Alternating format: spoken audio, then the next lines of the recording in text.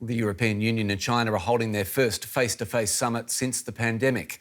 EU leaders Ursula von der Leyen and Michel are in Beijing for talks with Chinese President Xi Jinping.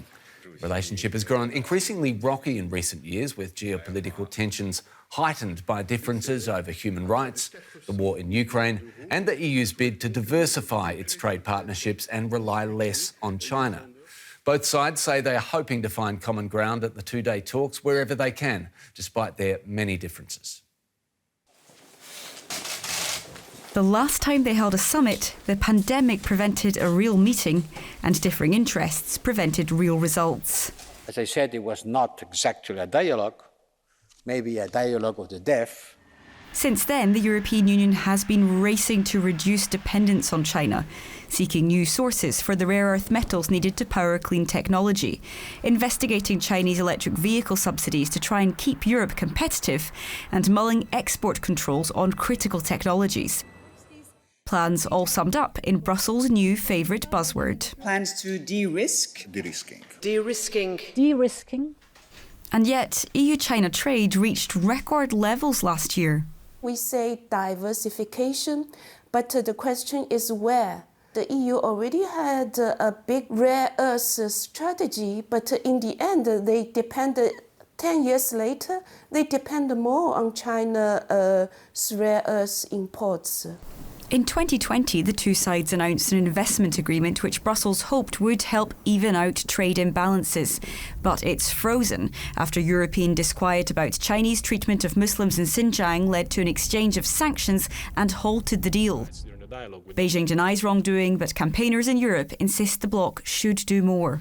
When you're having a summit with a government responsible for crimes against humanity, you want to address them. You want to announce that business as usual is not a possibility. You want to announce that you are committed to accountability. Then there's the biggest political bone of contention, Russia's war in Ukraine. China says it wants peace, but is basically stuck by its close ally Moscow. And while the EU once hoped Beijing would pressure Russia to end its invasion, now... I think EU has very soberly acknowledged that the perspective of China being an constructive mediator is not really on the cards. Our objective as the European side should be about trying to limit the extent to which China is going to support Russia in its invasion. The EU says it does want to work more with China on climate change and global public health issues, and China's messaging is much more upbeat. China and the EU are partners, not rivals, and our common interests far exceed differences. China hopes that the summit will play an important role in building on past achievements. But with so many differences, it looks like the only real deliverable of this dialogue is the fact that it's happening at all. All right, let's now speak to correspondent Fabian Kretschmer, who's covering this story for us in Beijing, and DW Brussels correspondent Jack Parrock. Welcome to both of you. Fabian, I'll start with you in Beijing. Tell us what's at stake at this summit.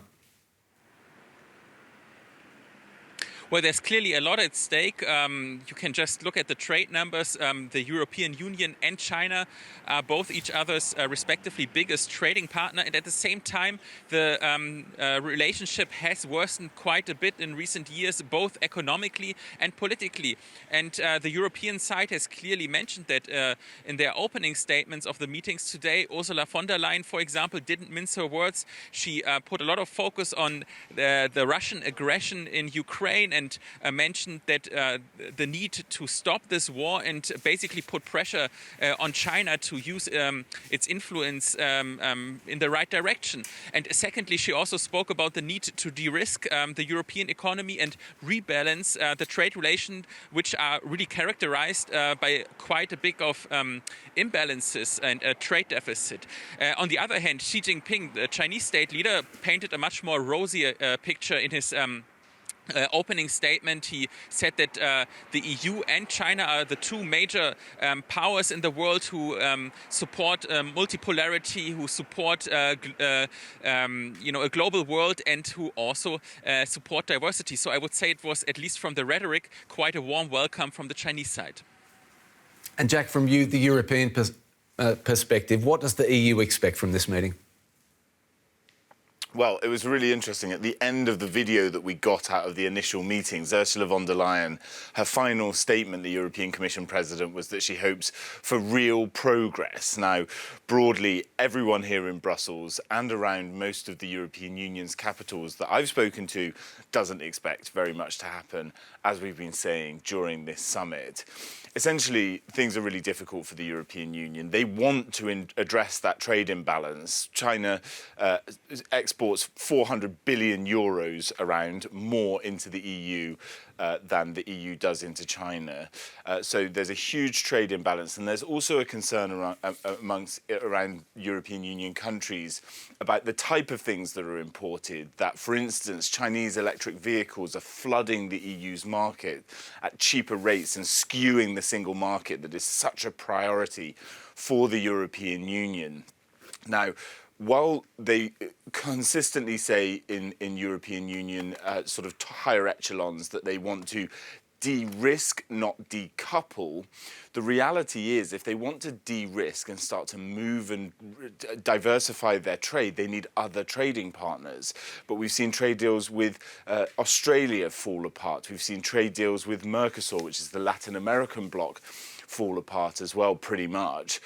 So really, while they're trying to do this diversification, they also still need that Chinese relationship. And I think that's the reality of why so late in the EU's terms, bearing in mind that we have EU elections next year and all of the top brass in Brussels could change, they're making this trip now to try and at least get some security, some discussions on these trade issues.